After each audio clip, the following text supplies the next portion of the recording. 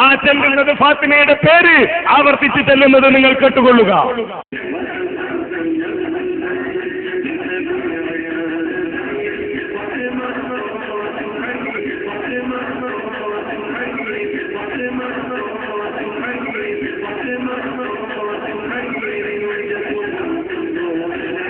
ഫാത്തിമ ഖുർറത്തു ഐൻ ആണ്. ഇതിലില്ല ഷിയാക്കൾക്ക് ഫാത്തിമയെ വേണം. അവർക്ക് ഫാത്തിമയെ കൂടാതെ ഹസൻ ഹുസൈൻ പറയാൻ കഴിയില്ല.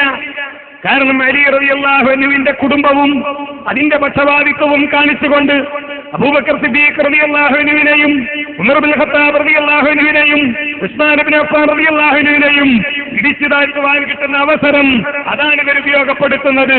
അതങ്ങനെ തന്നെ പകർത്തി രീതിയും ശൈലിയും അതിന്റെ സ്റ്റേജ് സംവിധാനവും ഒക്കെ പകർത്തിയെന്ന് മാത്രമല്ല ആംഗ്യം വരെ പകർത്തി, ആക്ഷൻ വരെ പകർത്തി. കേൾക്കുമ്പോൾ നിങ്ങൾ വിചാരിക്കും അതിപ്പോ അവിടെ ഒന്നായിപ്പോയി ഇവിടെ ഒന്നായിപ്പോയി. അല്ല, അവിടെ നിന്നാണ് ഇത് കിട്ടിയത്, അവിടെ നിന്നാണ് പകർത്തിയത്. നോക്കൂ നിങ്ങൾ, ഈ പദ്യം ചൊല്ലുമ്പോ അതിൽ ചെക്കൽ ഖമർ എന്ന് പറയുന്ന ഒരു വരി വരുന്നുണ്ട്. ആ വരി വരുമ്പോ ഉള്ള രണ്ടുപേരുടെയും പേരോട് ചൊല്ലിയ കുട്ടിയുടെയും ഈ ഉവൈസുൽ ഖാദിരിയുടെയും ആംഗ്യങ്ങൾ ഞാൻ നിങ്ങളെ കാണിക്കാം. അത് നിങ്ങളൊന്ന് ശ്രദ്ധിച്ചു നോക്കുക.